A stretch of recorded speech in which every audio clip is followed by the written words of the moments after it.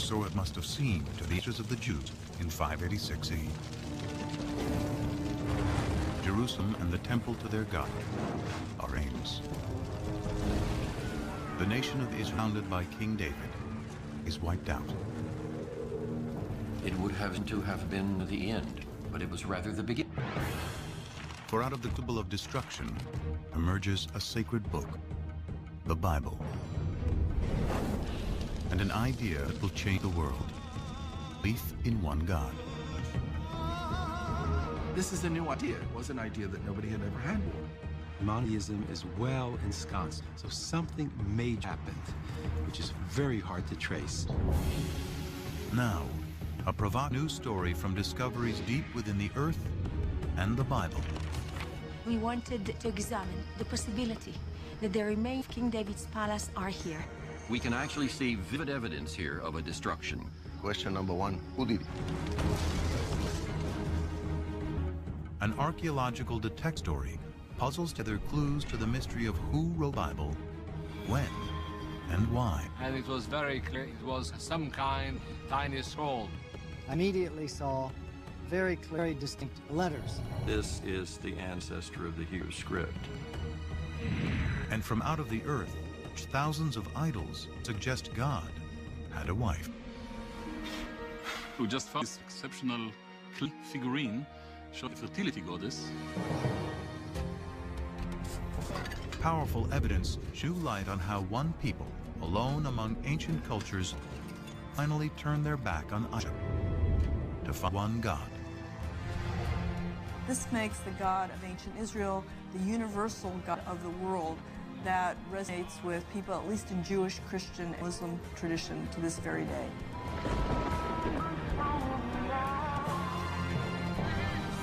Now, science and scripture converge to create a powerful new story of an ancient people, God, and the Bible.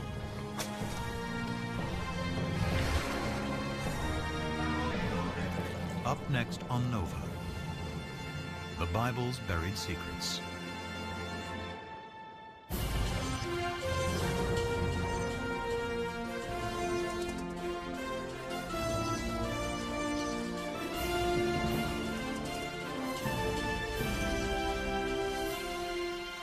Major funding for NOVA is provided by the following.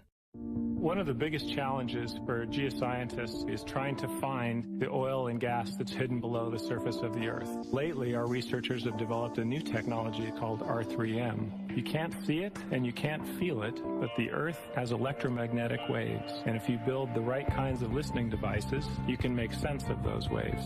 So using those tools, we can supply more of the energy that we need with less of an impact on the environment. And David H. Koch. And Discovering New Knowledge. HHMI. Major funding for the Bible's buried secrets is provided by the Arthur Vining Davis Foundations, the Richard and Rhoda Goldman Fund,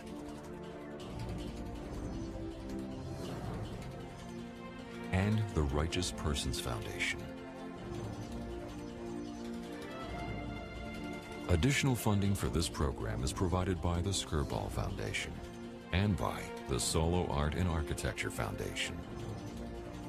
Major funding for NOVA is also provided by the Corporation for Public Broadcasting and by PBS viewers like you. Thank you.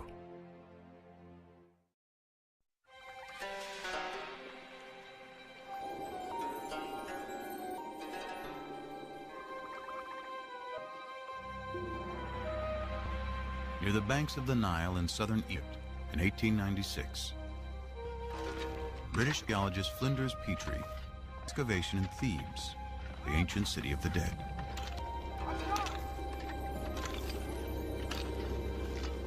Here he unearths one of the important discoveries in biblical archaeology.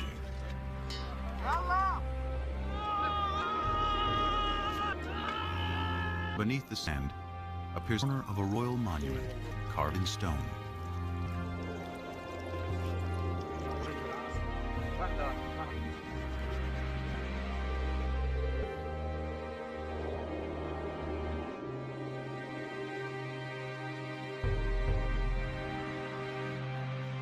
Dedicated in honor of Pharaoh Merneptah, son of Ramses the Great, it became known as the Merneptah Stela. Today, it is in the Cairo Museum. This stela is what the Egyptians would have called a triumph stela, a victory stela, commemorating victory over four peoples.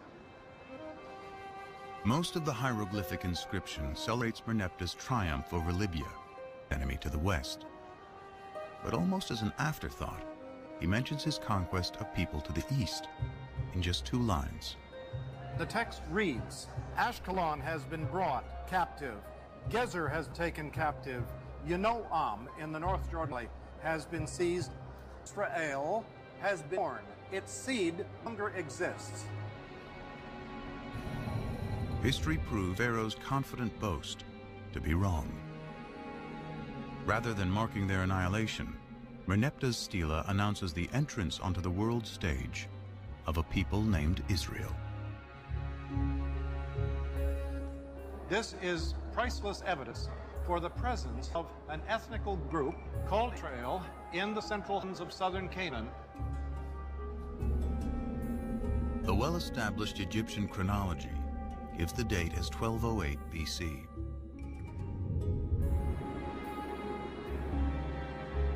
Merneptah's stela is powerful as a people called the Israelites are living in Canaan. Today includes Israel and Palestine over 3,000 years ago.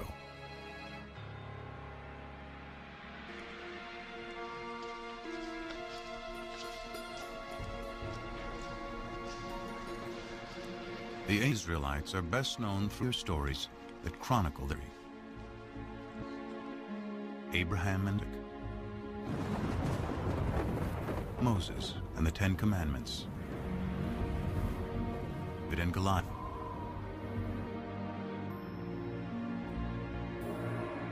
It is the Israelites who write the Bible.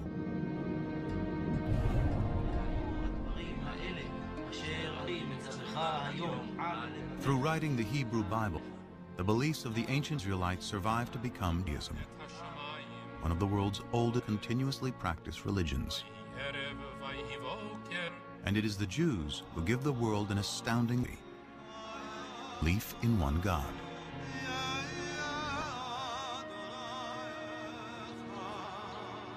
This belief will become the foundation of 2 other great monotheistic religions, Christianity and Islam. Often called the Old Testament, from the New Testament, which describes the event of early Christianity. Today, the Hebrew Bible and a belief in one God are woven into the very fabric of world culture. But in ancient times, people, from the Egyptians to the Greek to the Babylonians, worshiped many gods, usually in the form of us.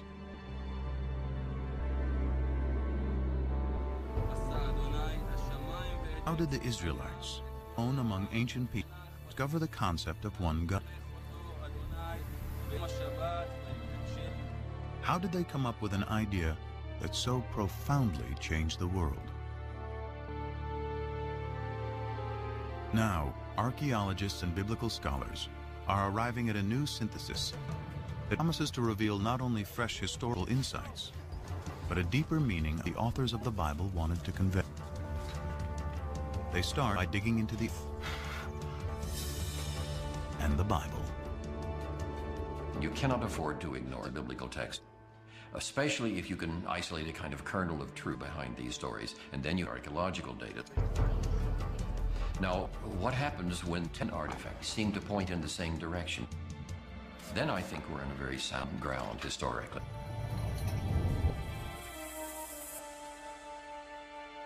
Scholars search for intersections between science and scripture.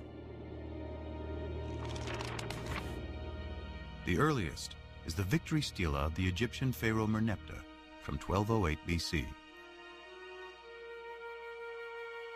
Both the stela and the Bible place a people called the Israelites in the hill country of Canaan, which includes modern-day Israel and Palestine.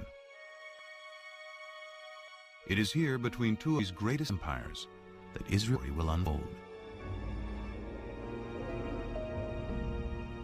The way to understand Israel's relationship to the superpowers, Egypt and Mesopotamia on either side, is to understand its own sense of fragility as a people. The primary in which the Bible looks at the origins of Israel is people coming to settle the land of Israel. It's not indigenous. It's not a native state.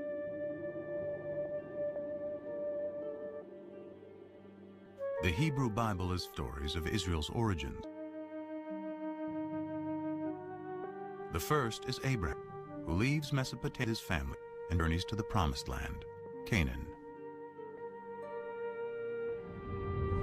Lord said to Abraham, "Forth from your native land and your father's house to the land I will show you. I will make of you a great nation, and I will bless you. I will make your name great." Genesis 12:1 and 2. According to the Bible, this promise establishes the covenant, a sacred contract between God and Abraham. To mark the covenant, Abraham and all males are circumcised. His descendants will be God's chosen people. They will be fruitful, multiply, and inherit all the land between Egypt and Mesopotamia. In return, Abraham and his people, who will become the Israelites, must worship a single God.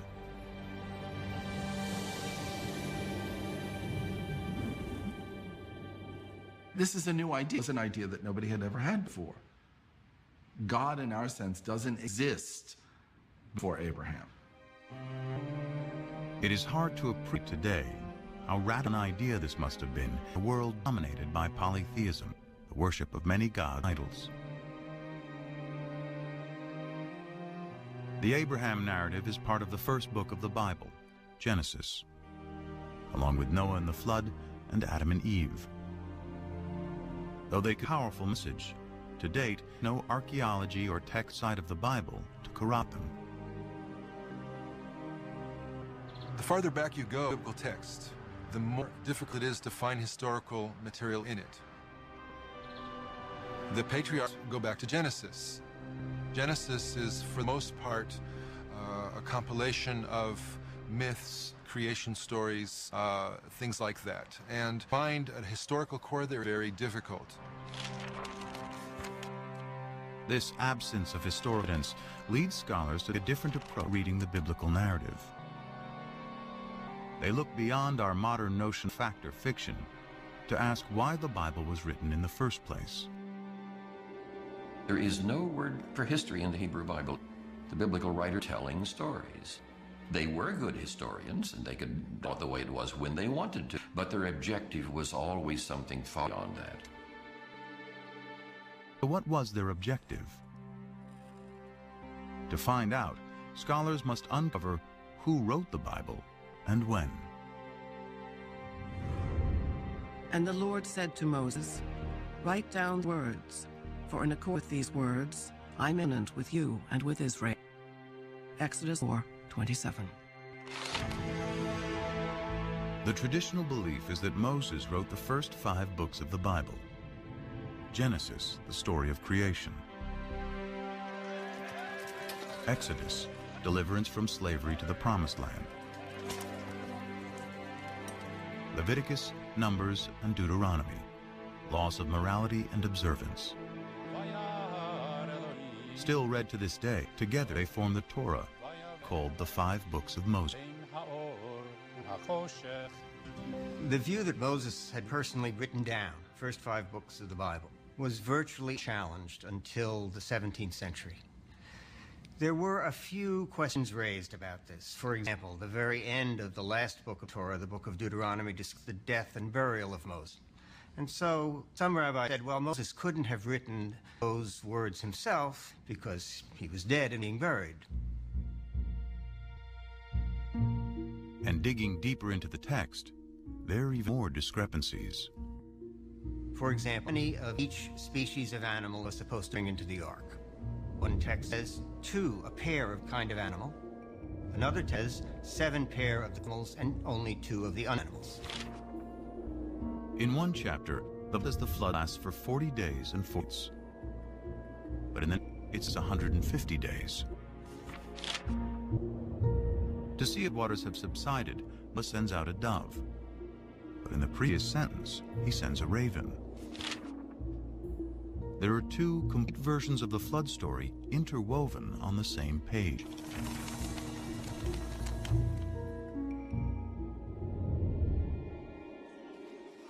Many similar discrepancies throughout its page suggest that the Bible has more than one writer. In the first 5 books of the Bible, scholars have identified the hand of at least 4 different groups of scribes, writing over several hundred years. The theory is called the documentary hypothesis. One way of thinking about it is a kind of anthology that was made over the course of many centuries by different people, adding to it, subtracting from it, and so forth. But when the process of writing the Bible began?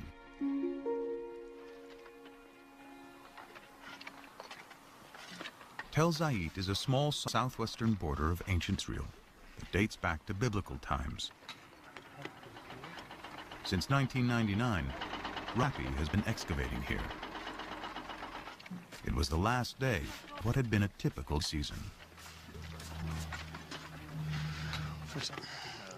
As I was taking aerial photographs from the cherry picker, a volunteer notified his square supervisor that he thought he had seen some interesting marks, scratches, possibly letters, in a stone.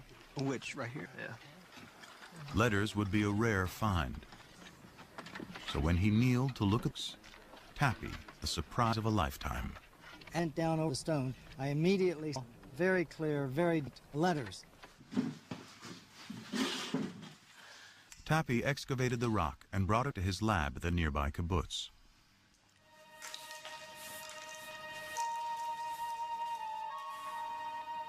It was then that he realized he had more than a simple inscription. Olive, Beit, Dalet. I realized that this inscription represented an abecedery, that is to say, not a text narrative, but the letter of the Semitic alphabet written out in their correct order. Nun, and then Pei and Ayin are difficult to read, but they're out here. This ancient script is an early form of Hebrew alphabet. What was found was not a random scratching of 2 or 3 letters. It was the full alphabet.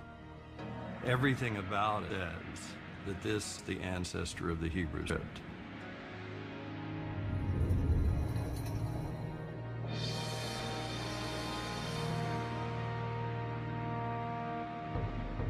The Tel Zayit abecedery is the earliest Hebrew alphabet ever discovered. It dates to about 1000 BC, making it possible that writing the Hebrew Bible could have already started by this time. Discover the most ancient text in the Bible. Scholars in the Hebrew spelling, grammar, vocabulary. The Hebrew Bible is a collection of literature written over about 1,000 years. And as with any other language, Hebrew naturally changed quite a bit over the 1,000 years. The same would be true of English. I'm speaking English of the 21st century, and if I were living in Elizabethan times, the words I choose, the syntax I use would be quite different. Scholars examine the Bible in its original Hebrew in search of the most archaic language, and therefore the passages. They find it in Exodus, the 2nd book of the Bible.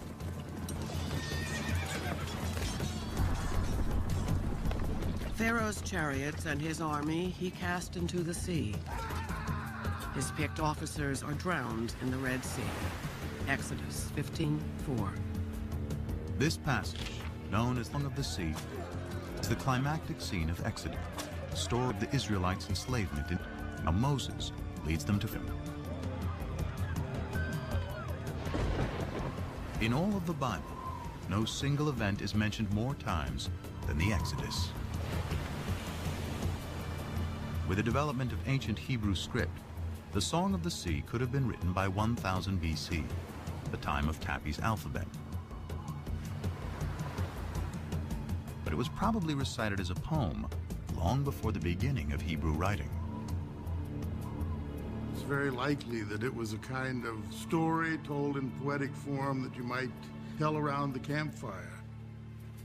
Just as our poems are easier to remember generally than prose accounts. So we generally think that the poetry is orally passed on from one to another long before they come things to writing. Because the poetry in Exodus is so ancient, is it possible the story has some historical core?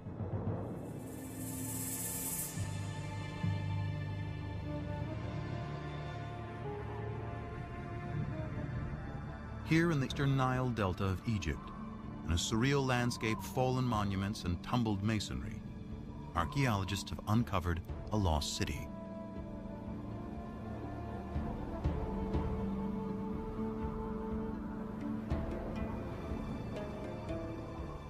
Inscribed on monuments throughout the site is the name of Ramses II, one of the most powerful Egyptian rulers. It is Ramses who is traditionally known as the Pharaoh of the Exodus. Ancient Egyptian texts call the city Piramesi, or of Ramses, a name that resonates with the story of Exodus. The only specific item mentioned in the Exodus story that we can probably connect with non-biblical material is the cities that the Hebrews were ordered to build, and they are Pithom and Ramses. Scholars agree that the biblical city is the ancient Egyptian Piramesi. Its ruins are here in present-day Tanis. Most of the Egyptologists identified Piramesi, the Ramses town, with this, because here you have an abundance of Ramesside monuments. This convergence in archaeology and the Bible provides a time frame for the Exodus. It could not have happened before Ramses became king around 1275 BC. And it could not have happened after 1208 BC, when the stela of Pharaoh Merneptah, Ramses II's son, specifically locates the Israelites in Canaan.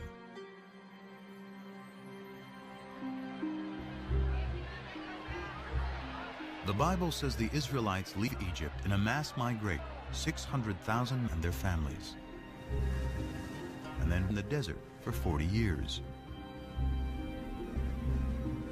Even assuming the Bible is exaggerating, in 100 years of archaeologists have not yet found evidence of migration that can be linked to this. No excavation gives us any information about the wandering through the wilderness. An exodus is simply not attested anywhere. Any historical or archaeological confirmation of the Exodus remains elusive. Yet scholars have discussed all four groups of biblical contributed to part of the Exodus story. It is for the same reason message remains powerful to this day. Its inspiring theme of freedom is a compelling notion, and that is one that we can understand the story of the Exodus from being controlled by others to controlling oneself. The idea of a change from domination to autonomy, that these are very powerful ideas that resonate in the human spirit. And the Exodus gives narrative reality to those ideas.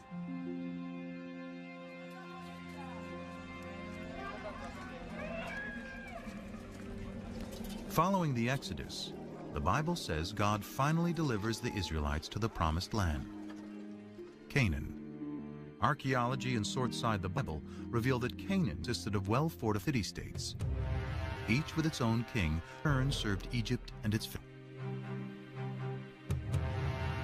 The Canaanites, a thriving Near Eastern culture for thousands of years, worshipped many gods in the form of idols. The Bible describes a new leader, Joshua, takes the Israelites into Canaan in a blitzkrieg military campaign.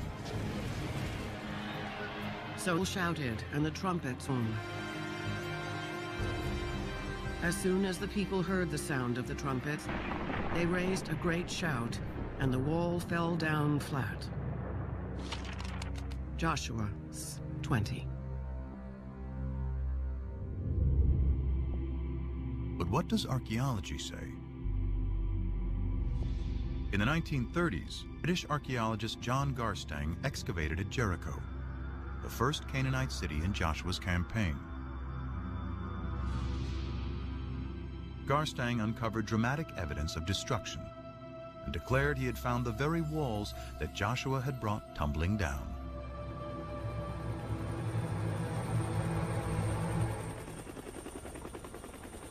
And at what the Bible describes as the greatest of all Canaanite cities, Hatzor, there is more evidence of destruction.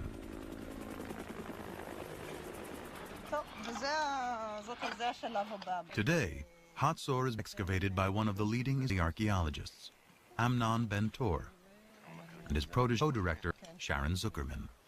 I'm walking through a passage between two of the rooms of the Canaanite palace of kings of Hatzor. Of the destruction you can see almost everywhere. You can see the dark ones here, and most importantly, how they cracked into pieces. It takes tremendous heat to cause such damage. The fire here, how shall I say, the mother of fire. Among the ashes, Ben-Tor discovered a desecrated statue, most likely the king or patron god of Hatzor. Its head and hands are cut off, apparently by the city's conqueror. This marked the end of Canaanite Hatzor. Question number one, who did? Who is a possible candidate? So number one, we don't mention having done anything at Hatzor. Any of the inscriptions of the time, we don't know. Another city-state could have done it? Maybe, strong enough to do it. Who are we left with? The Israelites. The only ones about whom there is tradition that they did it. So, let's say, be considered guilty of this of Hatzor until proven innocent. And there's another Canaanite city that Joshua and his army Israelites are credited with laying waste. Called Ai, and has been in what is now the Palestinian territory of this bank. Here, archaeologist Har El-Din and his team are finding evidence of a rich Canaanite culture. The village first appears and developed to a city, and then there was a kind of fortification surrounding this settlement.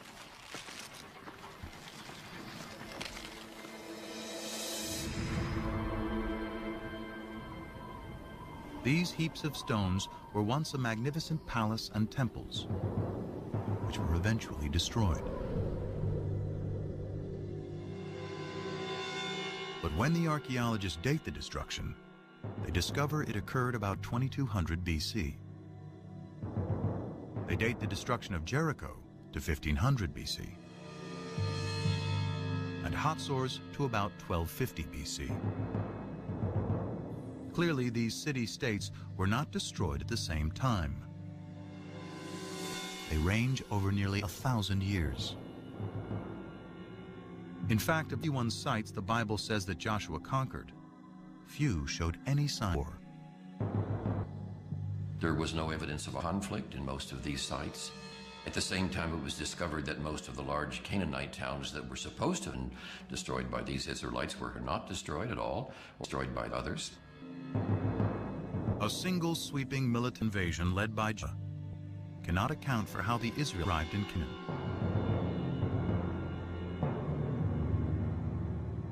But the destruction of Hatzor does coincide with the time that the Merneptah Stela locates the Israelites in Canaan. So who destroyed Hatzor? Amnon Ben still believes it was the Israelites who destroyed the city. But his co-director, Sharon Zuckerman, has a different doubt. The final decision itself consists of the mutilation of statues of kings and gods. it did not consist of signs of war or of any kind of fighting. We don't see weapons in the street like we see other sites that were destroyed by foreigners. So if there was no invasion, what happened? Bobby, just be careful of the stones there, okay? Excavations reveal that Hatzor had a lower city of commoners, serfs and slaves, and an upper city with a king and wealthy elites. Zuckerman finds within the grand palaces of elite Hatzor air disrepair and abandonment. To archaeologists, signs of a culture in decline and rebellion from within.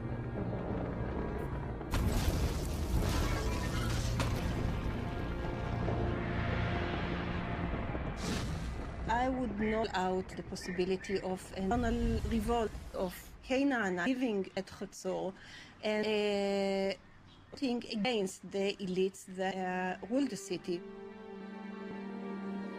In fact, the entire Canaan city-state system, including Hatzor and Jericho, breaks down.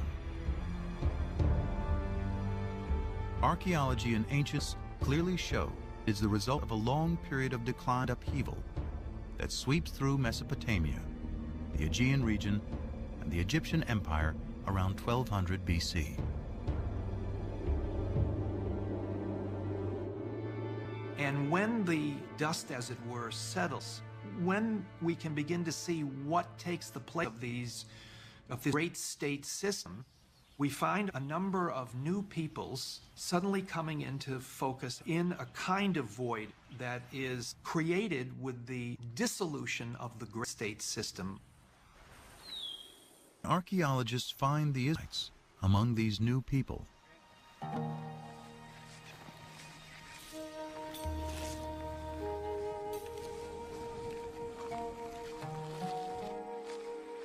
In the 1970s, archaeologists started wide-ranging surveys throughout the hill country of Canaan, today primarily the Palestinian territory of the West Bank.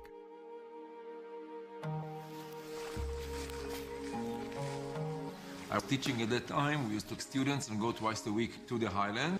And every week we used to cover between 2 and 3 square kilometers. And this accumulates very slowly into the coverage of the area. Israel Finkelstein and teams of archaeologists walked out grids over areas, collecting every fragment of ancient pottery lying on the surface. Over 7 years, for nearly 400 square miles, sorting pottery and marking the locations of where it was found. Map. In the beginning, the spots were there on the map and they meant nothing to me. But slowly, I started seeing sort of phenomena and processes.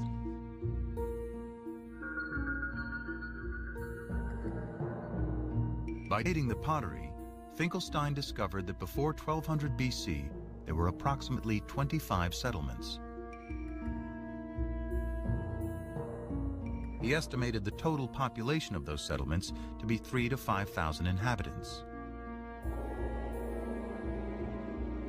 But just 200 years later, there's a very sharp increase in settlements and people.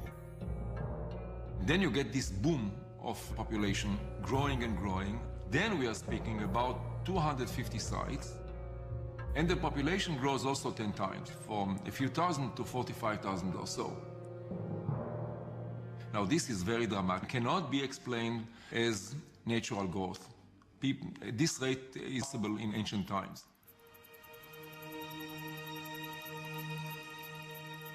If not natural growth, perhaps these are the waves of dispersed people settling down following the collapse of the great state systems.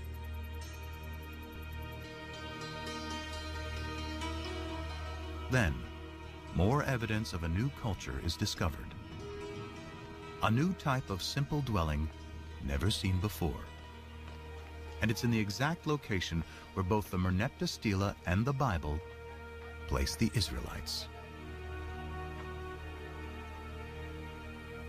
The sites in which this type of house appears throughout the country, this is where Israelites lived. And they are sometimes even called the Israelite house, the Israelite type house. The people who lived in those villages seem to be arranged more or less in a kind of an egalitarian society because there are no major architectural installations. If you look at the finds are relatively poor. It is more or less mundane. I don't want to end the early settlers or the Israelites. Very little art. Curiously, the mundane pottery found at these new Israel villages is very similar to the every pottery found at the older Canaanite cities like Hatzor. In fact, the Israelite house is practically the only thing that is different.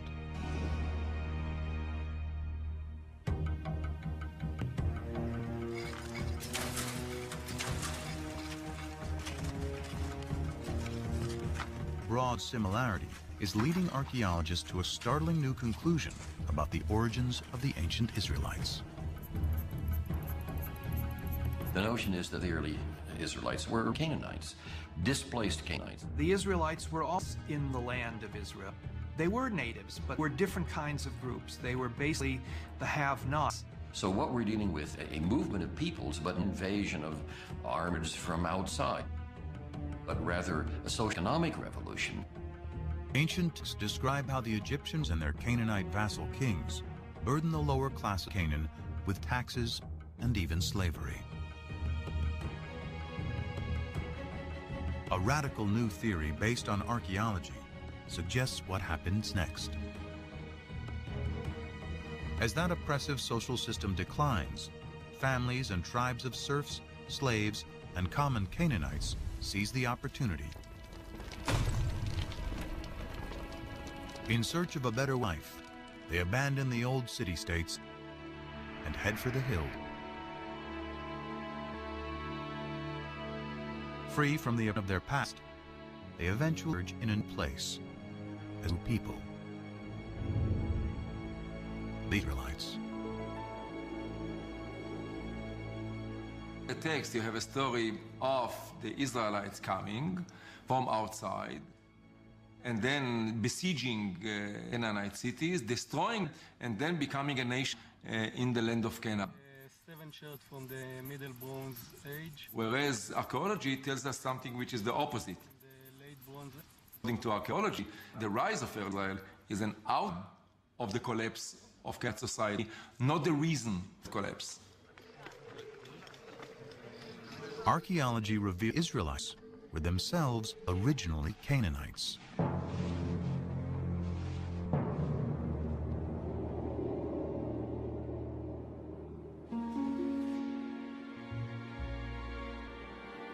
So why does the Bible consistently cast the Israelites as outsiders in Canaan? Abraham's wanderings from Mesopotamia, Moses leading slaves out of Egypt and into the Promised Land, and Joshua conquering Canaan from outside. The answer may be their desire to forge a distinctly new identity. Identity is created, as psychologists tell us, by talking about what you are not, by talking about another. In order to figure out who I am, figure out who I am not. Conspicuously absent from Israelite villages are the grand palaces and the extravagant pottery associated with the king's rich elites of Canaan. The Israelites did not like the Canaanite system, and they defined them in contrast to that system. So by not using decorated pottery, by not using imported pottery, they developed an ideology of simplicity, which marked the difference between them and the Egyptian Canaanite system. If the Israelites wanted to distinguish themselves from their Canaanite past, what better way than to create a story about destroying them?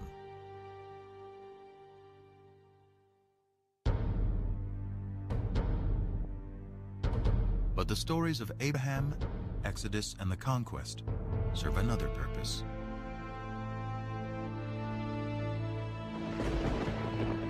They celebrate the power the Bible says is the foremost distinction between the Israelites and all other people: their God.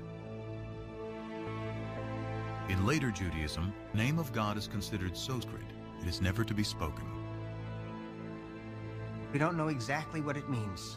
We don't know how it was pronounced, but it seems to have been the personal name of the God of Israel. So his title, in a sense, God, and his name was 4 letters, which in English would be YHWH, which we think were probably pronounced something like that.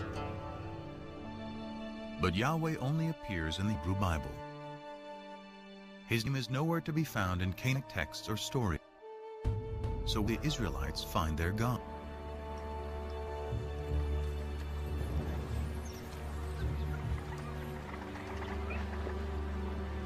The search for the origins of Yahweh leads scholars back to ancient Egypt.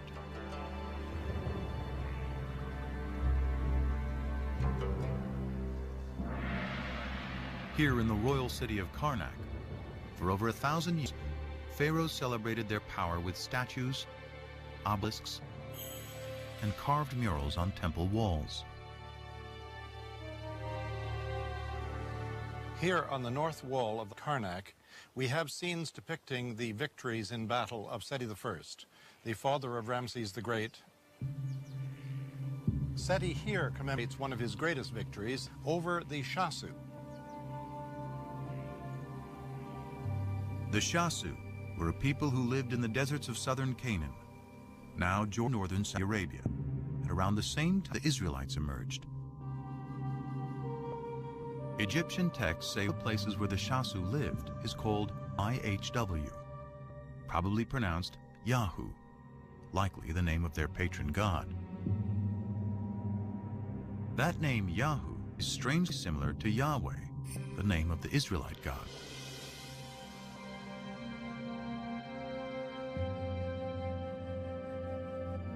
In the Bible, the place where the Shasu lived is referred to as Midian.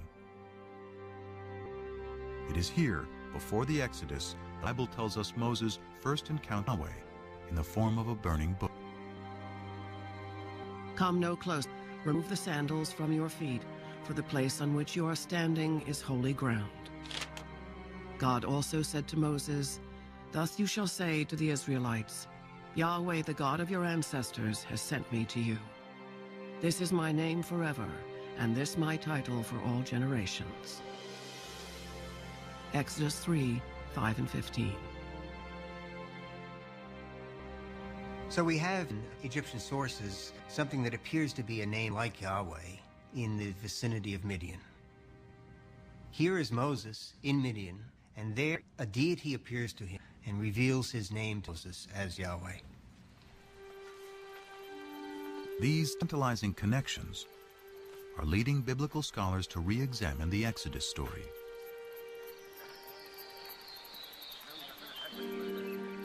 While there is no evidence to support a mass migration, some now believe that a small group did escape from Egypt. However, they were not Israelites, but were Canaanite slaves.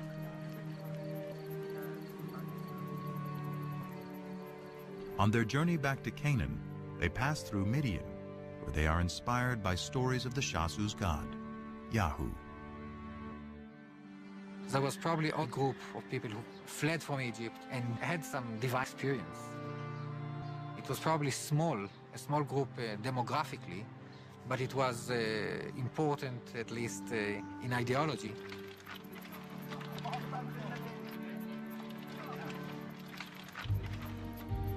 They find their way to the central hill country, where they encounter the tribes of the Canaanite city-states.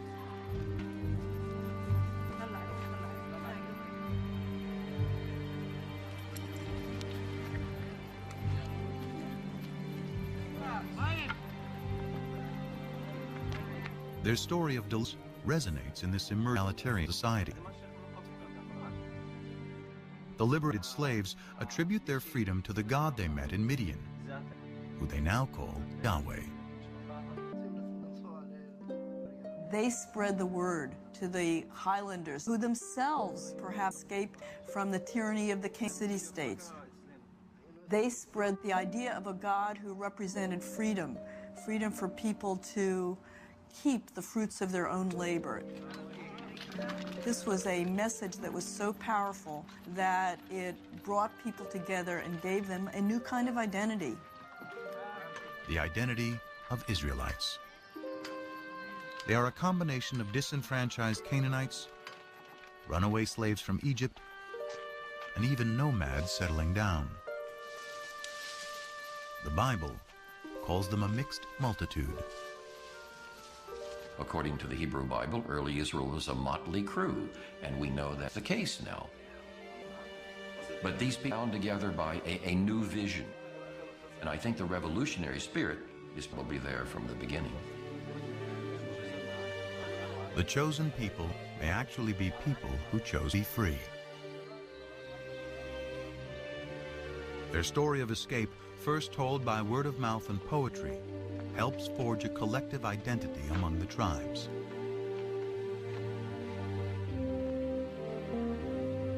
Later, when written down, it will become a central theme of the Bible. Sex and divine deliverance. Deliverance by a God comes from men exactly where the Bible is. Adopted by the Israelites to represent their exodus from slavery to freedom.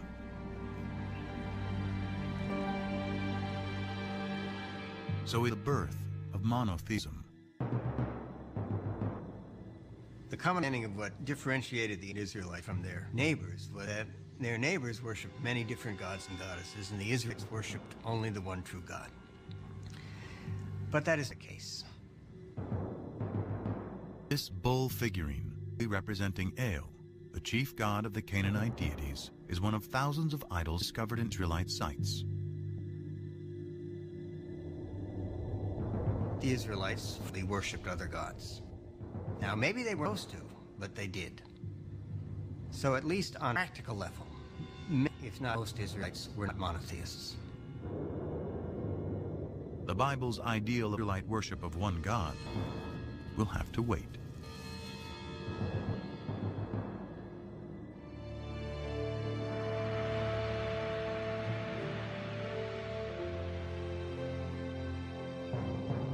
About 2 centuries pass after the Merneptah Stela places the Israelites in Canaan. Families grow into tribes. Their population increases.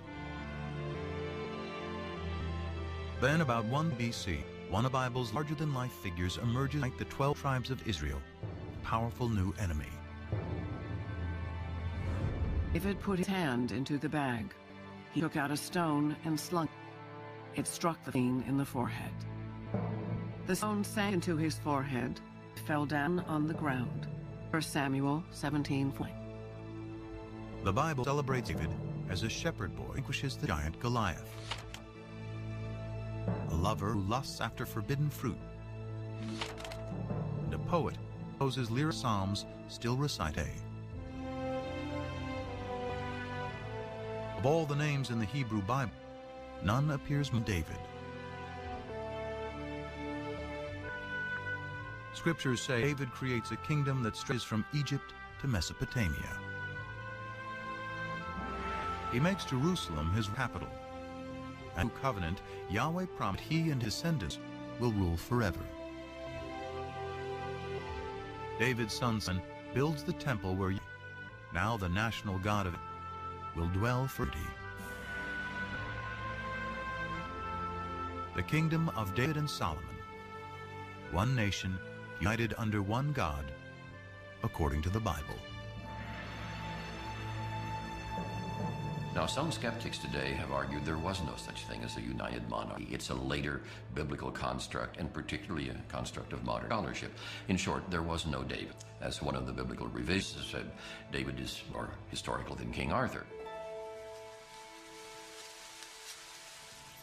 But then, in 1993, an amazing discovery literally shed new light on what the Bible's ancient Israel's greatest king. Gila Cook was finishing up some survey work, an assistant at Tel Dan, a biblical site in the far north of Israel today. The excavation was headed by the eminent Israeli archaeologist Avraham Biran. It was near the end of the day, and Cook was getting her last measurements she hears a yell from below. And it was Biran in his booming voice yelling, "Gia, let's..." And so I waved to him, hold it, and continued working. Okay. After being summoned by Biran a second time, Cook had her assistant load her up. And she started down the hill.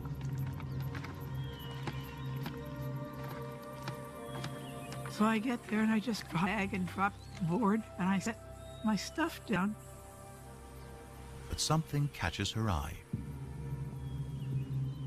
A stone with what appeared to be random scratches, but was actually an ancient inscription. This time, she yelled for Biran. And he looks at it and at me and he says, "Oh my God." Cook had found a fragment of a victory stela, written in Aramaic, an ancient language very similar to Hebrew.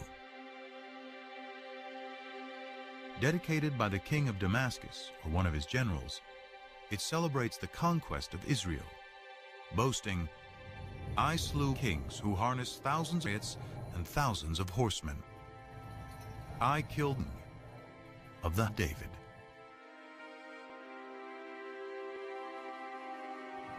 Those words, that David, make this a critical discovery. They are strong evidence that David really lived. Unlike Genesis, the stories of Israel's kings move the biblical narrative out of the realm of legend to the light of history.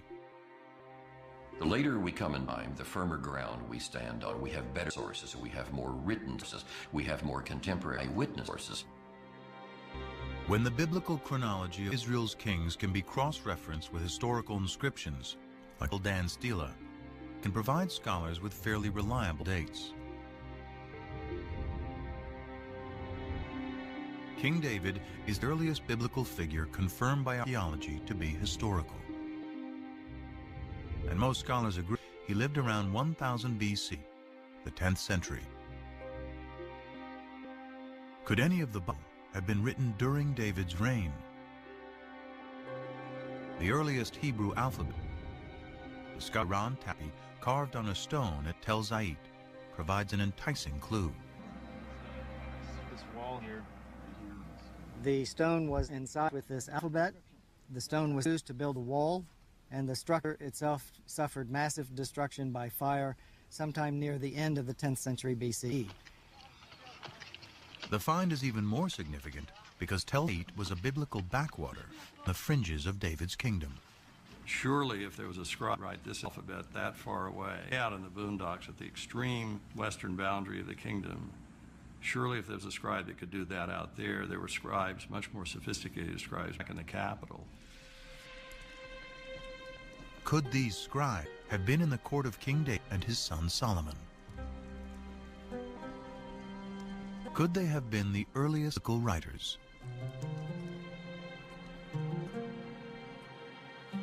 In the 18th century, Germans uncovered a clue to who wrote the Bible, hidden in two different names for. According to one account, Abraham knew God by his intimate personal name, conventionally pronounced Yahweh. Passages with the name Yahweh, which in German is spelled with a J, is referred to as J. But according to other accounts, Abraham knew God simply by the most common Hebrew word for God, which is Elohim. So the different writers became known as E for Elohim and J for Yahweh. Most likely based on poetry and songs passed down generations, they both a version of Israel's distant stories of Abraham in the Promised Land, Moses, and the Exodus. The earliest of these sources is the one that is known as J, which many scholars dated to the 10th century BC, the time of David and Solomon. And because the backdrop for J's version of events is the area around Jerusalem, it's likely he lived there, perhaps in the royal courts of David and Solomon.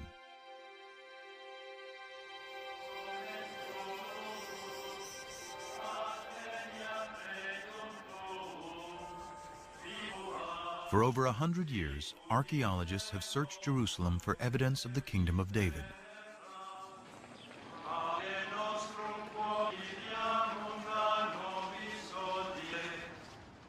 But excavating here is contentious because Jerusalem is sacred to today's 3 monotheistic religions.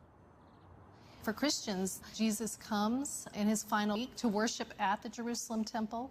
He's crucified, he's buried, he's resurrected in the city of Jerusalem. For Islam, it is the site where Muhammad comes in a sacred night journey. And today, the Dome of the Rock marks that spot. In Judaism, the stories of the Hebrew Bible, of Solomon, of David, of the temples of Jerusalem, these take place, of course, in Jerusalem. So Jerusalem is a symbol of sacred space today, important for all 3 traditions. Despite the difficulties, Israeli archaeologist Elar went digging an ancient part of Jerusalem, today called the City of David. We started the excavations here because we wanted to check and to examine the possibility that the remains of David's palace are here. But because this area has been fought over, destroyed, and rebuilt over thousands of years, it was a long shot that any remains would survive. But then, large walls started to appear, 3 meter wide, 5 meter wide, and then we saw that it goes all direction. It goes from east, 30 meters to the west, and we don't see the end of it yet. Such huge walls can only be part of a massive building. And Mazar believes her excavations to date represent only 20% of its total size. Huge structure shows centralization and capability of construction. It can be royal structure. This huge complex may be evidence of a kingdom. But is it David's kingdom? For this to be David's palace, it would have to date to his lifetime, around 1000 BC.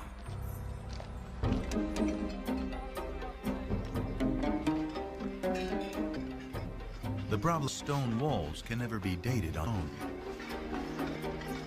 Biblical archaeologists date ruins based on the pottery they found associated with those ruins.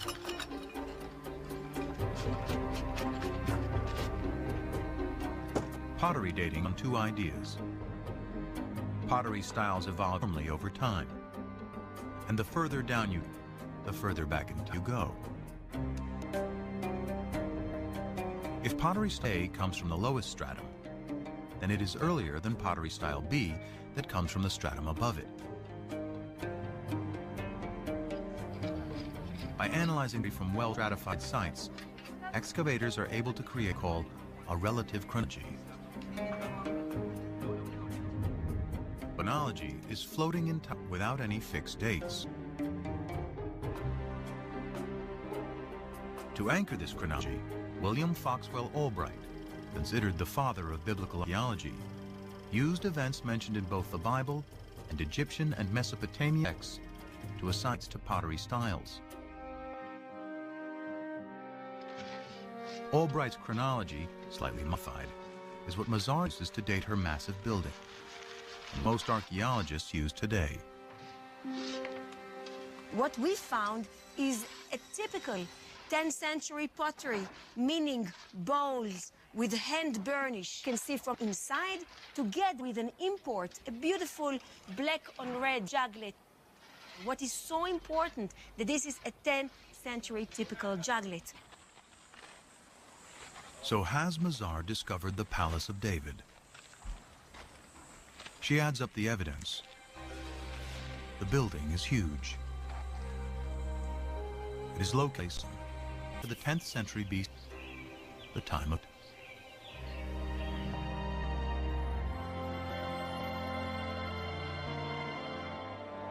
Mar believes she has indeed found the Palace of David.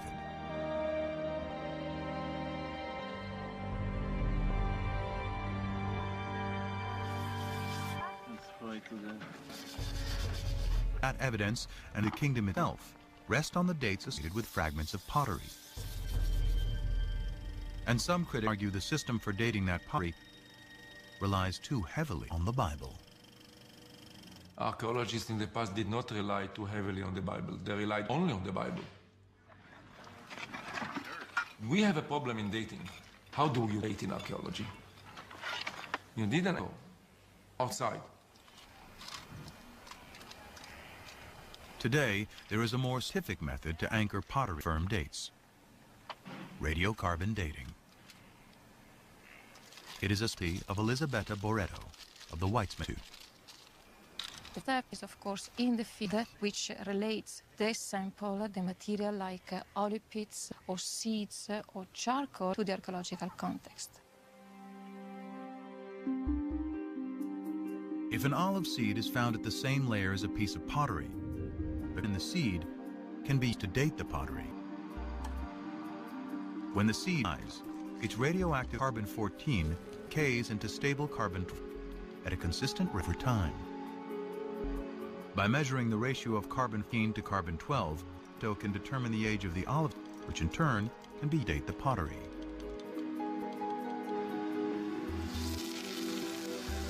Boretto has meticulously collected and analyzed hundreds of samples from over 20 throughout Israel. Her carbon samples date the pottery that Albright and most archaeologists associate with the time of David Solomon to around 75 years later. For so long ago, this may seem like a difference. But if Boretto is right, Azar's Palace of and Tapi's Hebrew alphabet have to be redated. This places them in the time of the lesser-known kings Omri, Ahab, and his despised wife Jezebel, all worshippers of the Canaanite god Baal. No writing or monumental building, suddenly the King David and Solomon is far less glorious than the Bible describes. So Solomon did not rule over a big territory. It was a small kingdom, if you wish, with just a few settlements, very poor, the population was dead, there was no manpower for big conquest, and so on and so forth. This would make David a petty warlord ruling over a chieftain, and his royal capital, Jerusalem, nothing more than a cow town. These are the results of the radiocarbon dating. He or she who decide to ignore those results, I treat them as if arguing that the world is flat, that the earth is flat. I cannot argue anymore. But so simple. Other teams collected radiocarbon samples following the same methodology. According to their Azar's and Tapi's alphabet can date to the 10th century, the time of David and Solomon. How can this discrepancy be explained? The problem is that these radiocarbon dates have a margin of error of plus or minus 30 years, about the difference between the two sides. Pottery radiocarbon dating alone cannot determine if the kingdom of David and Solomon large and prosperous as described in the Bible.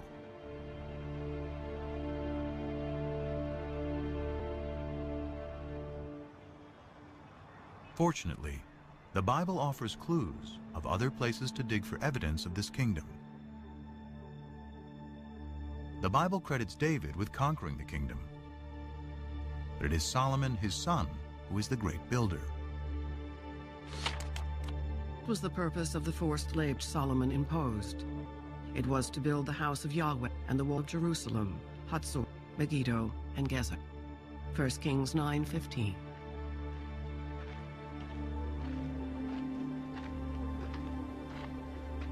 Here in Hatzor, Amnon Ben-Tor, director of excavations, believes this may be evidence of Solomon's building campaign.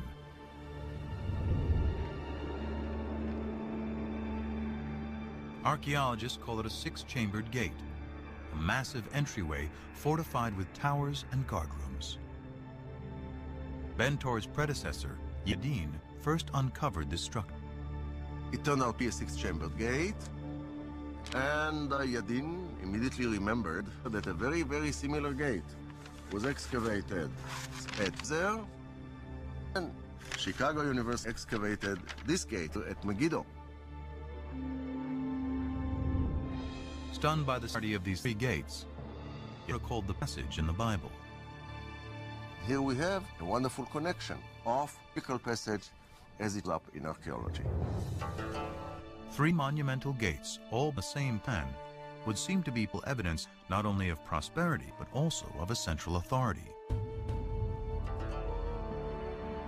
Through history, the Israelites had been into tribes, then into kingdoms, north and south.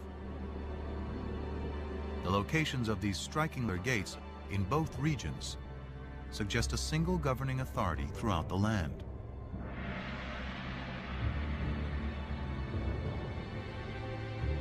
How can we be sure this is the kingdom of David and Solomon?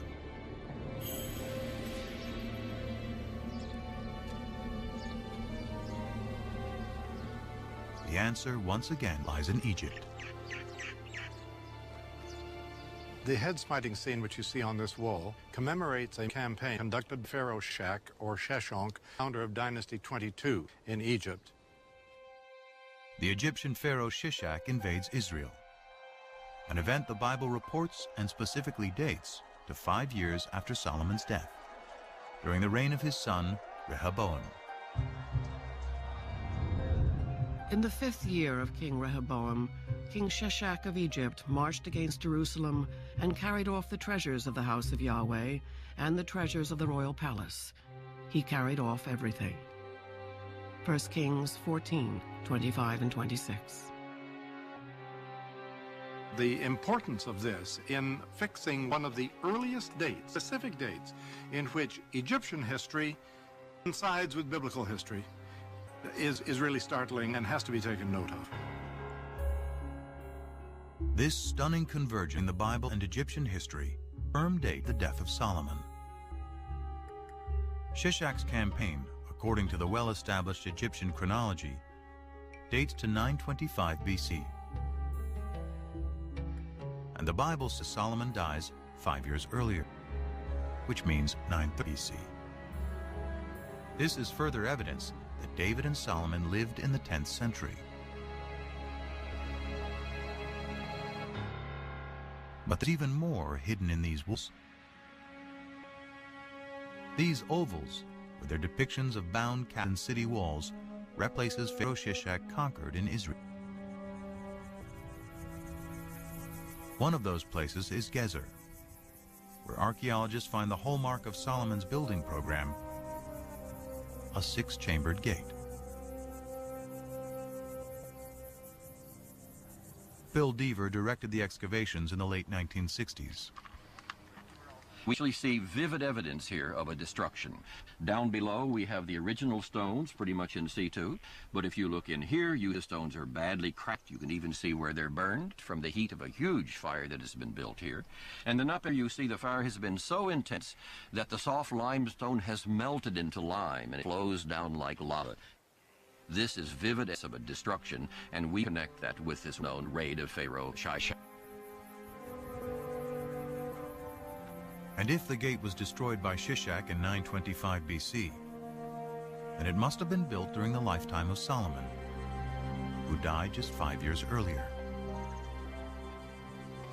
Surely this kind of monumental architecture is evidence of state formation. And if it's a century, then Solomon.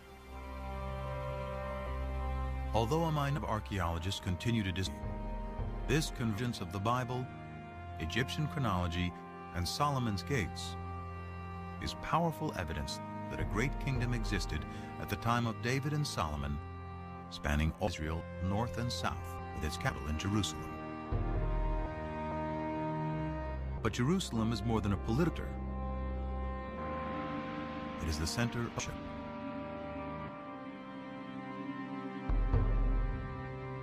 The magic of Jerusalem is the magic of the temple. one temple for the one God. The result is that Jerusalem and the temple emerge as powerful symbols not just of the oneness of God, but of the oneness of Jewish people. The worship of the ancient Israel bears little resemblance to Judaism today. It centered around the temple, built by David's son Solomon, and seen as Yahweh's earthly dwelling. To understand how the ancient Israelites worshiped their God, scholars must discover what the temple looked like and how it fit. But although archaeologists know where its remains should be, it is impossible to dig there. It lies under the third holiest site in Islam, which includes the Dome of the Rock. Not a stone of Solomon's temple has ever been excavated. But the Bible offers remarkably detailed description. The house which Solomon built for Yahweh was 6 cubits long, 20 cubits wide, and 30 cubits high. In the inner sanctuary, he made 2 cherubim, 8 cubits high. He owned the cherubim with gold. Kings 6, 2, 20, and 28. The Bible's description suggests a floor plan for some temple, and it is strikingly similar to temples built by neighboring peoples who had many gods. Closest in appearance is a temple hundreds of miles to the north of Jerusalem at Ain Dara in modern-day Syria.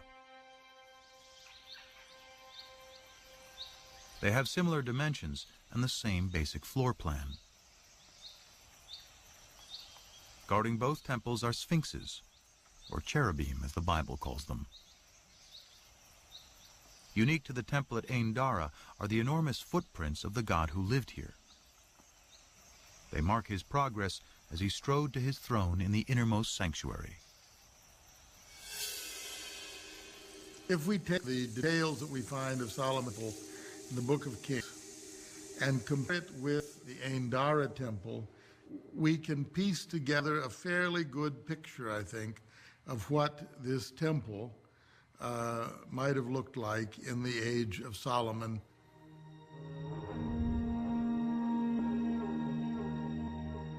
Now it is possible to read with some confidence how Solomon's temple made and how the ancient Israel worshiped God. Out front was an altar.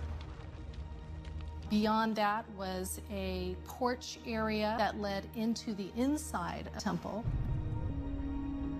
It was a room, a holy place.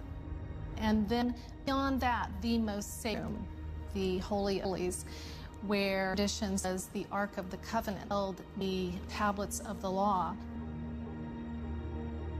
And this was considered to be the most sacred site on earth because it is the room where the presence could be found.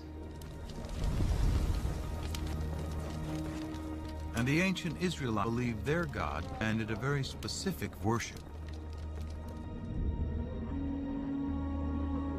Evidence of this survives today on Gerizim in Palestine.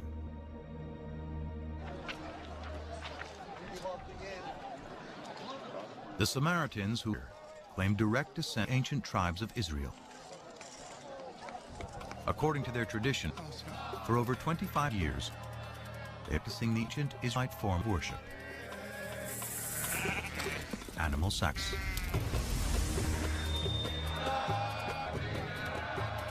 Primary function is make a connection between our mundane world and the divine world. And the meaning for the ancient Israelites is embodied in blood.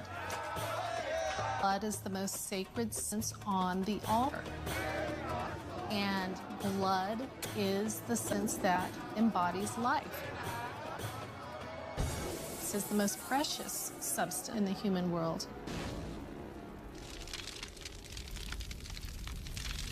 But while the priests were all sacrificed to Yahweh in the temple, many Israelites were not as loyal.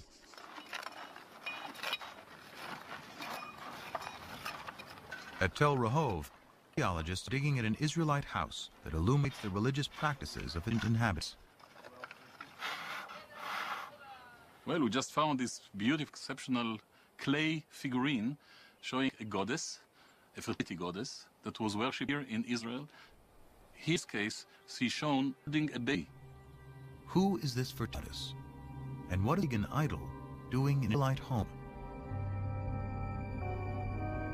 Dramatic evidence as to her possibility first surfaced in 1960. Bill Deaver was carrying out salvage actions in tombs in southern Israel when a local brought him an instrument that had been robbed from one of them. When I got home and brushed it off, I thought I was going to have a heart attack. Executed in clear 8th century, it's a tomb inscription. And it gives the name of the deceased, and it says, "Blessed may X be by Yahweh." That's good biblical Hebrew. It says by Yahweh and Asherah. And Asherah is the name of the old Canaanite mother goddess. More inscriptions associating Yahweh and Asherah discovered, and thousands of figurines unearthed throughout Israel. Scholars believe this is the face of Asherah.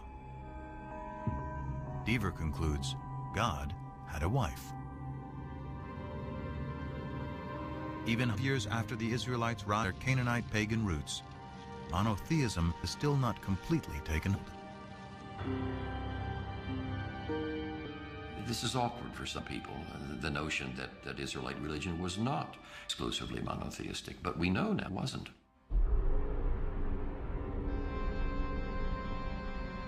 The Bible admits the Israelites continue to worship Asherah and other Canaanite gods, such as Baal.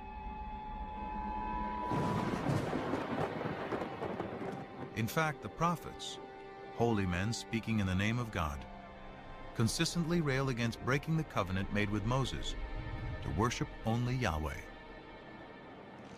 The more I called them, the more from me. They sacrificing to the Baals, offering incense to idols. Hosea 11:2.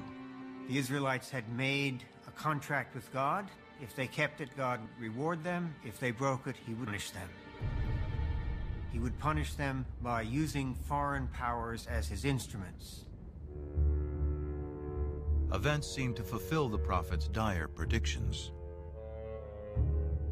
Soon after Solomon's death, the 10 northern tribes rebelled and formed the Kingdom of Israel. Then a powerful new storms out of Mesopotamia to create the largest empire the Near East had ever known, the Assyrians. The Assyrians were the overpowering military force, and Israel and Judah, the two states that the Bible talks about as the states making up the people Israel, fell under the sway of the Assyrian juggernaut. Numerous Assyrian texts and reliefs vividly document their domination of Israel and Judah.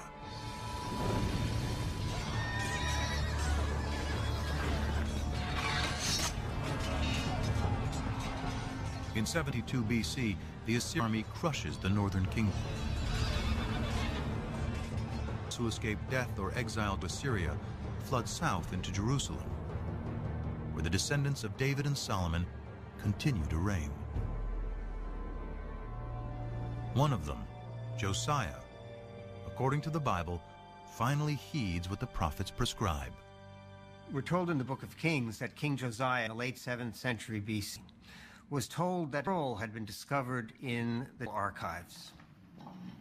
The scroll brought to him, and as this was being read, Josiah began to weep. He realized that it was a sacred text containing divine commands which the people had been breaking.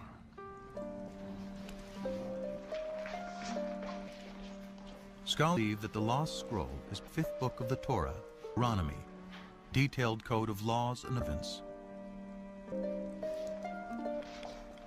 It inspires another scribes in 7th century BC, whom scholars call the Deavers.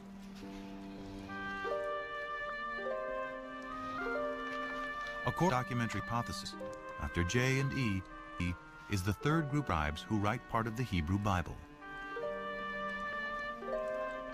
D retells the Exodus story and reaffirms the covenant made between God and the Israel people. You should love the Lord your God because he has loved you. He has loved you more than any other nation. So the divine love for Israel requires a corresponding loyalty to God, an exclusive loyalty to God. And Deuteronomy, more than other parts of the Bible, is insistent that only the God of Israel is to be worshipped. To enforce the covenant, Josiah orders that idol altars to all other deities be destroyed. The book of Deuteronomy contains the clearest prohibition of the worship of other gods, the Ten Commandments. I am your God. You shall have no other God before me. You shall not make for yourself an idol. You shall not bow down to them or worship. Deuteronomy 6-9. The Ten Commandments appear in two books of the Bible, in Deuteronomy and in Exodus. It is not only a contract with Yahweh, it is also a code of conduct between people. The revelation of the Ten Commandments is an ethical revelation. And that's where the idea of justice comes in, because that's the most important thing about the way in which we treat one another. We will not kill him. We will not steal from him. We will not lie about him. We will abide by the commandments. The commandments, as God himself repeatedly says through the later prophets, are already written on the hearts of human beings. By associating the belief in one God with behavior, the Ten Commandments establishes a code of morality and justice for all, the ideal of Western civilization. Despite Josiah's reforms, the ancient Israelites continued to worship other gods. Their acceptance of one God and the triumph of monotheism begins with a series of events vividly attested through archaeology, ancient texts, and the Bible.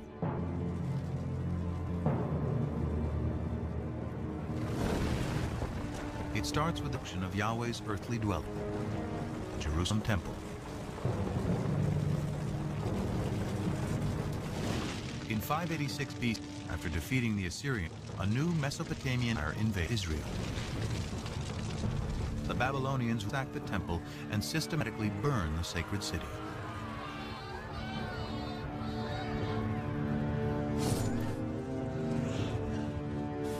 Before his eyes, the Babylonian victors slay the sons of Zedekiah, the last Davidic king, then blind him.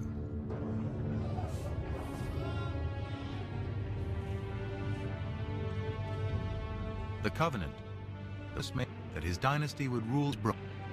After 400 years, Israel is wiped out. The destruction of Jerusalem created one of the most significant theological crises in the history of the Jewish people.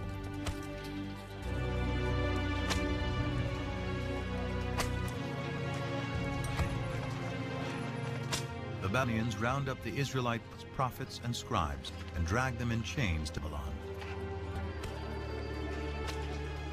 Babylon records confirm the presence of Israelites, including the king, in exile. In every age of disbelief, one is inclined to think God is dead. And surely those who survived the fall of Jerusalem must have thought so. After all, how could God allow his temple, his house, the visible sign of his presence among his people, to be destroyed? Without temple, king, or land, how can the Israelites live? Their journey begins with the scrolls, which scholars speculate were rescued from the flames of the destruction. Among the exiles from Jerusalem to Babylon were priests from the temple, and they seem to have brought with them their sacred documents, their sacred traditions. According to the widely accepted doctrine hypothesis, here in Babylon, far from their homes in Israel, that priests, scribes, will produce the Hebrew Bible as it is known. Scholars refer to these writers P, or the source. It was P who took all of these earlier traditions, the J source, the E source, the D source, and other sources as well, and combined them into know as the Torah, 5 books of the Bible. But more than just compiling, he edits and writes a version of Israel's distant past, including the Abraham story, that provides a way for the Israelites to remain a people and maintain their covenant with God.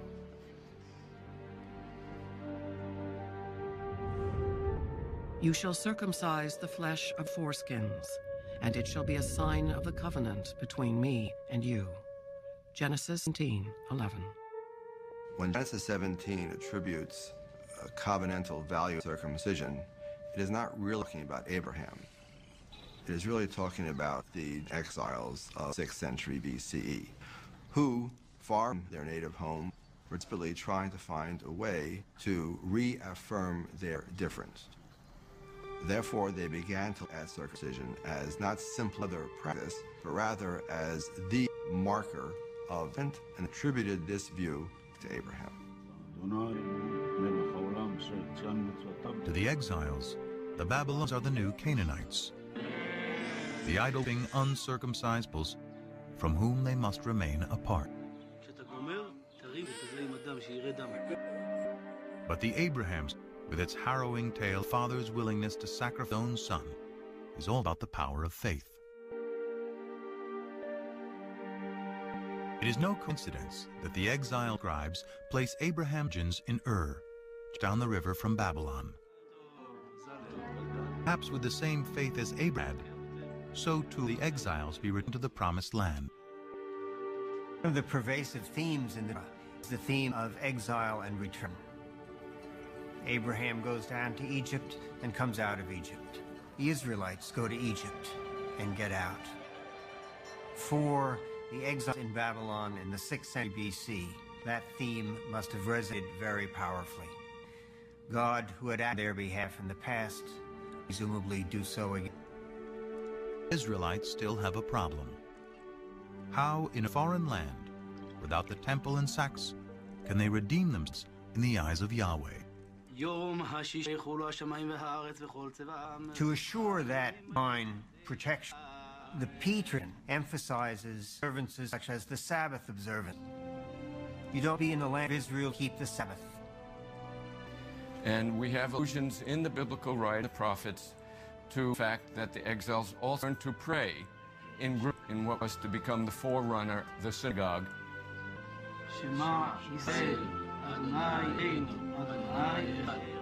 During this period, through the exile, that the exiles realized that even far away from their homeland, without a people, without the priesthood, without kings, they're still able to worship God, be loyal to God, and to God's commandments.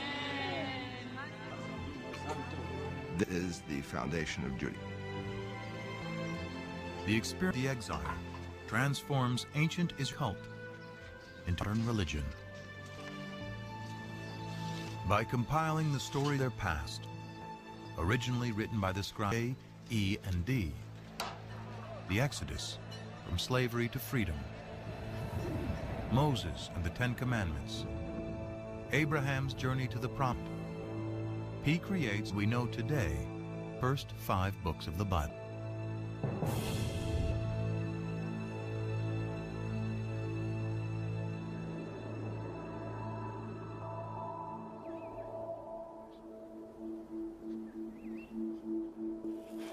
Though this theory is widely accepted, physical evidence of any biblics from the exile or earlier hard to come by.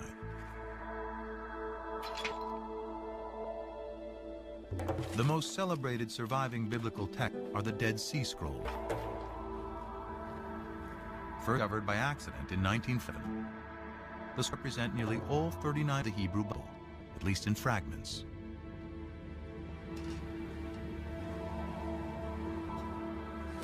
They survived because they were deposited in the perfect environment for present, the hot desert.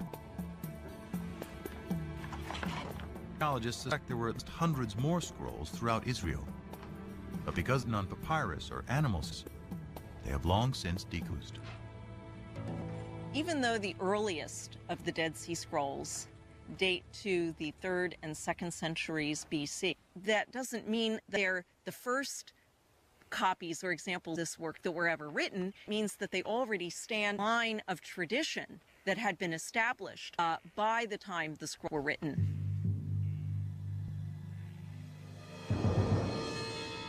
Still, the earliest of the Dead Sea Scrolls dates to at least 300 years after the Babylonian exile. In the absence of proof of earlier text, some scholars claim the entire Bible is pious fiction, and even doubt whether Israel and the Israelites ever existed. For many of the revisionists, these extreme skeptics, there was no ancient Israel. Israel is an intellectual construct. In other words, these people were not rethinking their past, they were inventing their past. They had no past. So the Bible is a myth, a foundation myth, told to legitimate a people who have legitimacy. The legitimacy of the Israelite past hinges on finding a piece of evidence to prove the ancient origins of the Bible.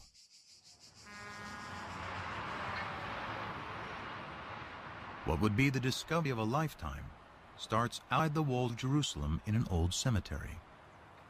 We came here and excavated 7 of these burial caves. The burial caves date back to the 7th century BC, somewhere in the time of King Josiah. But the caves were found looted, so we didn't anticipate too much. Gabriel Arkai instructed a 10-year-old volunteer to a tomb for photographs. Instead of that, he was bored, was alone, and he had a hammer, and he began banging the floor. But the floor turned out to be a fallen ceiling. Beneath it were artifacts that had escaped the looters. Among the hundreds of graves, one artifact stood out. It looked like a cigarette butt. It was cylindrical, about 1 inch in size, about ½ inch in diameter, and it was very clear it's made of silver. It was some kind of a tiny scroll. A second, smaller scroll was also found, and both were taken to the Israel Museum. But unraveling the scrolls to see if they contain a readable inscription could risk destroying them completely. Andy Vaughn was one of the epigraphers on the project. Archaeology is basically a destructive science. In order to learn anything, you have to destroy what's there. Gabriel Arkai and his team had to make a decision. Does one unroll these amulets, does one preserve them? They decided that it was worth the risk, and hindsight would tell us that they could not have been wrecked. Through patient conservation, Christians devised a special method for unrolling the scrolls and revealing their contents. I went over there and I was amazed to see the whole thing full of very delicately scratched, very shallow characters. The first word that I could decipher already spot was Yud Hey Vav Hey. It was the 4-letter unpronounceable name God. Investigation revealed more text and a surprisingly familiar prayer, still said in synagogues and churches to this day. May the Lord bless you and keep you. May the Lord make his face to shine upon you and be gracious to you. May the Lord lift up his countenance upon you and give you peace. Numbers 6, 24 through 26.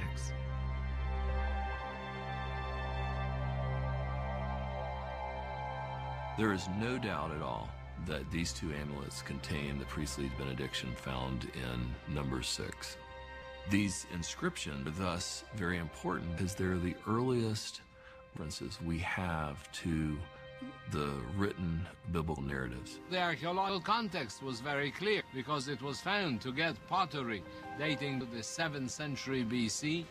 Also the paleography, the shape of letters, points towards somewhere in the 7th century BC, beyond any doubt.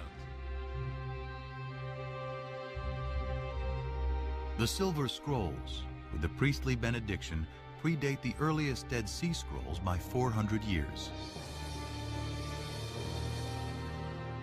It is an amazing find, proving that at least some verses of the Bible were written in ancient times during the reign of King David's descendants. By giving us text from before the Babylonian exile, the Silver Scrolls confirm that the Hebrew Bible is created from poetry, oral traditions, and prayers that go back to the time of Josiah's D writer, and likely beyond to writers E and J.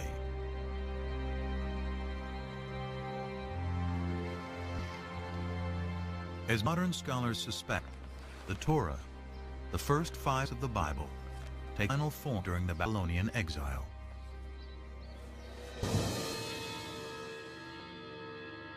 But dwarfed by the mighty temples and giant statues of Babylonian gods, the Israelites must also confront the fun question: why did their God, Yahweh, forsake them?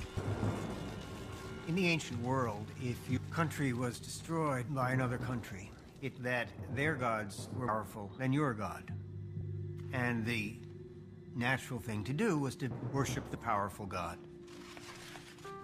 But the survivors continued to worship Yahweh and struggled to understand how this could have happened.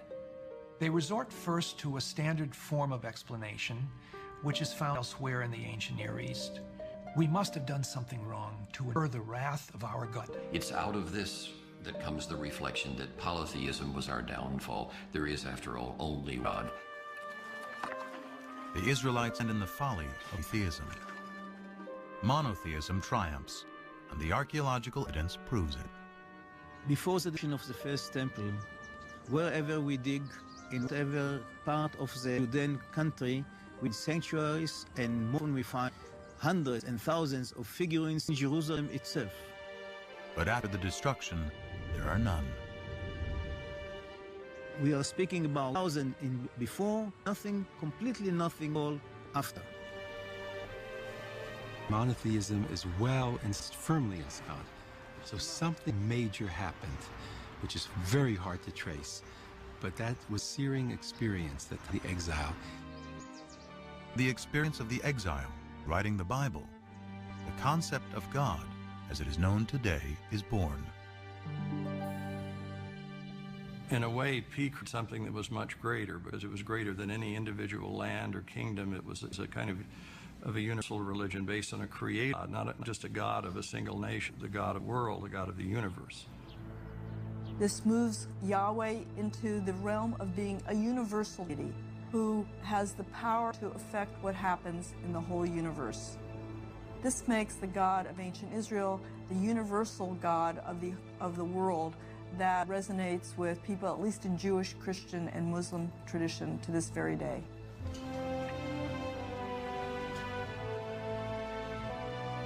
In 539 BC, the Babylonian Empire is toppled by the Persians.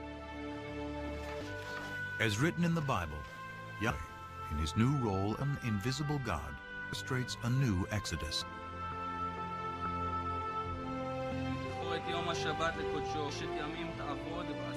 Among one group of exile is Prophet Ezra. Back in Jerusalem, he gives a public reading of the newly written Torah. He established the covenant.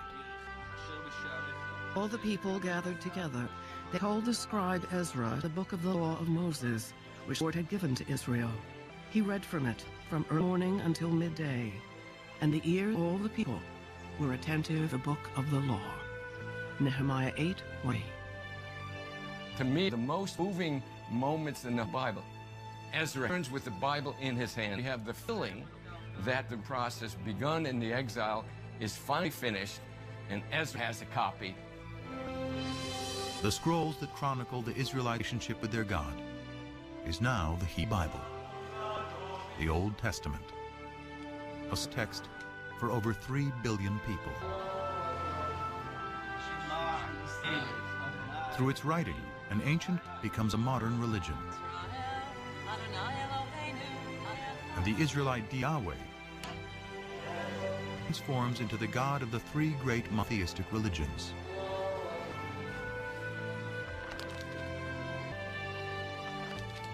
Through it, the Bible established a code of morality and justice, aspirations that resonate through the ages. More fact or fiction, the intersection of science and scriptures is a story that began over 3,000 years ago and continues to this day.